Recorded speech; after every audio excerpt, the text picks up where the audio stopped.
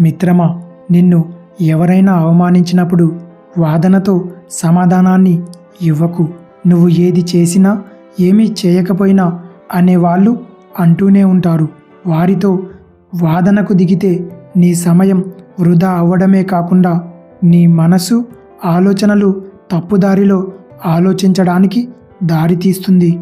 అందుకే వాదనతో సమాధానం చెప్పకు, మౌనం వహించు. మౌనం నీ అంతర్గత శక్తిని ఇతరులకు తెలియజేస్తుంది. అవమానాలను, ఎదురు దెబ్బలను విజయానికి మెట్లుగా మార్చుకో. జీవితం చాలా గొప్పది. నువ్వు తలచుకుంటే దేనినైనా సాధించగల సత్తా నీలో ఉంది. నిన్ను నువ్వు నమ్ము. నీపై నీకు ఆత్మవిశ్వాసాన్ని కలిగి ఉండు.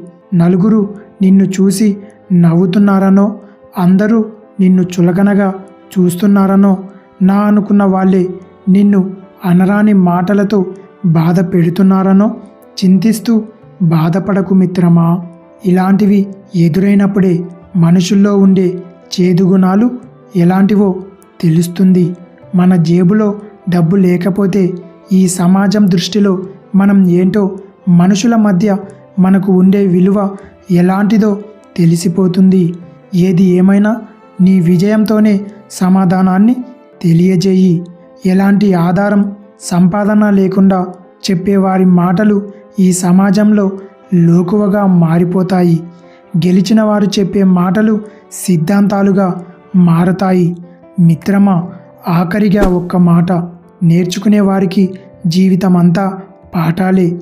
ఎన్నో అవమానాలు, ఎన్నో కష్టాలు, ఎన్నో ఒడిదుడుకులు, కోల్పోయినవి ఇంకెన్నో.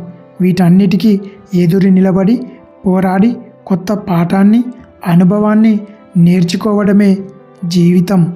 ఎంత వేగంగానైనా ప్రవహించే నీటిలో ఎదురీదే చేప మనకు ఆదర్శం. దీనికి మీరు ఏమంటారు?